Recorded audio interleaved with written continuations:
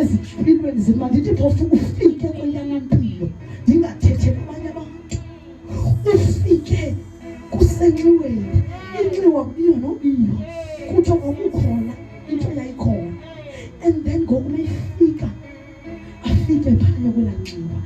umuntu athi hayi khawuthi ngifuna i-tractor izovula lo mhlaba kwanjwa kuyo kumnibinzi.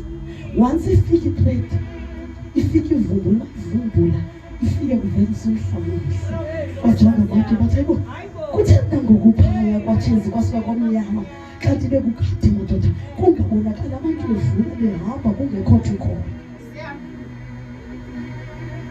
Emveni koba kuphethulile ufuna imanyolo ufuna zonke izinto ufaka ispinatshi ufaka ikhaphetshu ufaka amazambane baqale baguquke bajike babheke emva athi xa bethobo yaqhuma intsimi yakwaba uthixo lowo avumile athi kwenze njani yaqhuma ngokunye intsimi bafike ke ngoku beze apha bezofuna ispinatshi ngoba sisuke saphuma saba sihle silandiwe bangcwele sasibile sithetha ngoYesu ngasaphandle ngoba sizosho sithi sicholiwe. Afike naye umama athi ndilandiwe endaweni ethile athi nomnye ndalibhathi loo nto isinikeze izitepisi zokubulela. Siyabulela mama ngaloo mazwi ndiziva ndigcwalisiwe kwelamidala bendithe xa sisiya ndathi ziyehluka ke ngoku nantsimiyeza kuyadliwa kukuwe kuzawuba khona ngqosho wena rayisi wena nto kukuba uzithathele yiphi. Haleluya.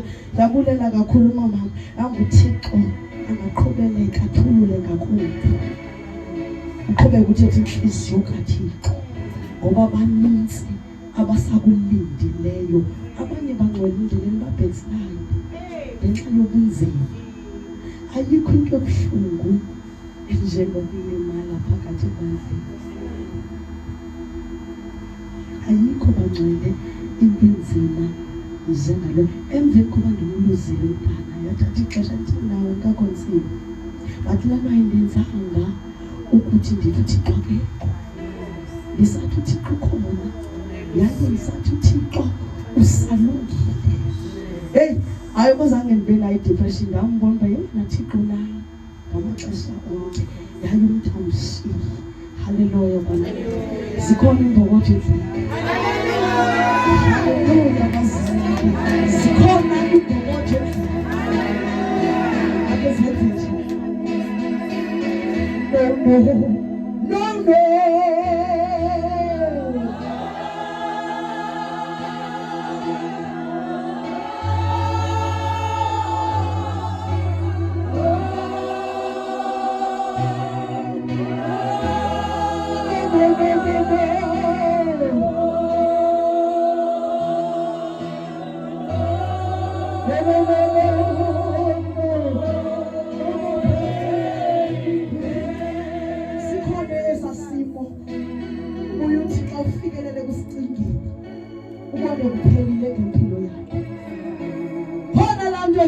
enhlizweni yakho ifike ikwenze uthobeleleke phansi.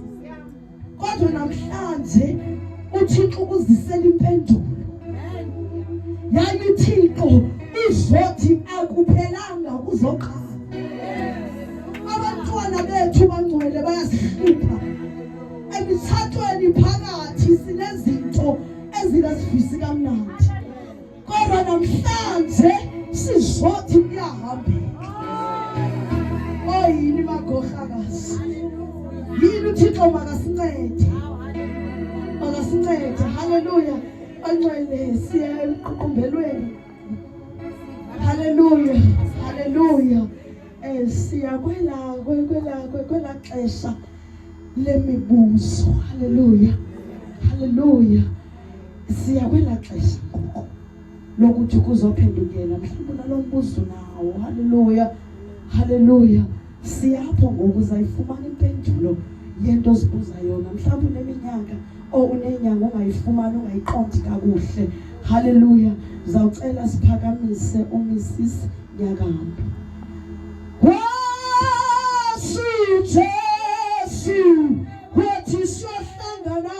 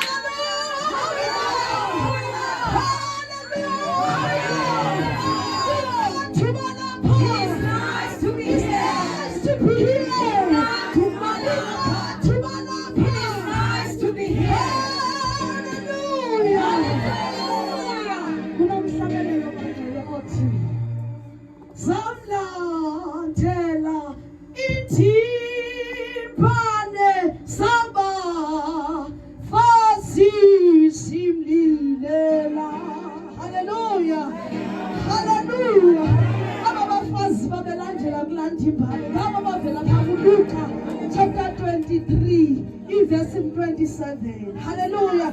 Inkitha abantu eyayilandela uYesu kodwa phakathi kwenkitha basuka bavuka abafazi madoda abazomlilela beyibona indlela axakanyiswe ngayo kodwa bona bayengakhangela bejonga basuka kwakhona into evukayo kubo.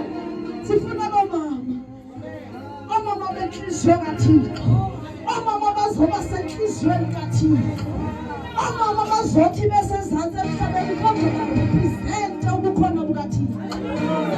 Haleluya, haleluya. Ndinje kwa-MC andizuba mde mfutshane. Haleluya.